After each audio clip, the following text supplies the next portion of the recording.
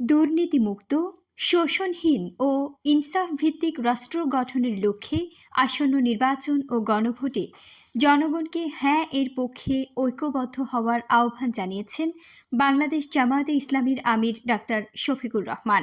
তিনি বলেন, হ্যাঁ মানে আজাদি আর না মানে গোলামি। ন্যায়ভিত্তিক রাষ্ট্র প্রতিষ্ঠায় জনগণের রায়ই হবে চূড়ান্ত শক্তি। একটা হচ্ছে গণভোট।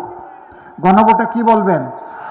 গণভোটে হা মানেই হচ্ছে নতুন বাংলাদেশ, পুরানা রাজনীতিকে লাল। হা মানে আজাদি, না মানে গুলামি।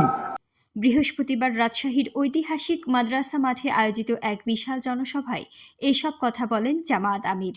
জনসভায় তিনি রাষ্ট্র পরিচালনায় জামায়াতের ভবিষ্যৎ পরিকল্পনা ও অঙ্গীকার তুলে ধরে বলেন, জামায়াতে ইসলামীর রাষ্ট্র পরিচালনার দায়িত্ব পেলে দেশের প্রতিটি শিশুর শিক্ষার ব্যয়ভার রাষ্ট্র বহন করবে।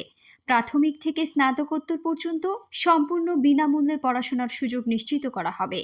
তিনি বলেন, শিক্ষাই হবে জাতি গঠনের প্রধান হাতিয়ার।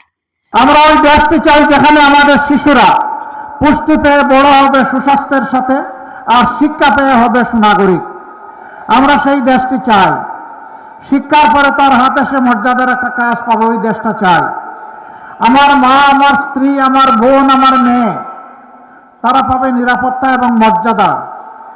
ক্ষমতায় গেলে রাজশাহীর প্রত্নতাত্ত্বিক ও ঐতিহাসিক স্থাপনাগুলোকে বিশ্বমানের পর্যটন কেন্দ্রে রূপান্তর করা হবে, যা জাতীয় অর্থনীতিতে নতুন গতি আনবে এবং হাজার হাজার মানুষের কর্মসংস্থানের সুযোগ সৃষ্টি করবে।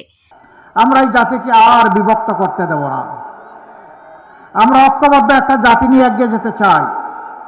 এই জন্য আমাদের 11 দলের স্লোগান হচ্ছে ঐক্যবদ্ধ বাংলাদেশ। শিশু জন্ম নেওয়ার পরে তার পুষ্টি, তার স্বাস্থ্যের পরিচর্যা, এর দায়িত্ব সরকারের। 5 বছর বয়স পর্যন্ত সম্পূর্ণ বিনা খরচে শিশুদের চিকিৎসা নিশ্চিত করা হবে ইনশাআল্লাহ। আগামী 12 তারিখের নির্বাচন ও গণভোটকে সামনে রেখে তিনি জনগণকে বিভেদ ভুলে ইনসাফ ও ন্যায়ের পক্ষে দাঁড়ানোর আহ্বান জানান।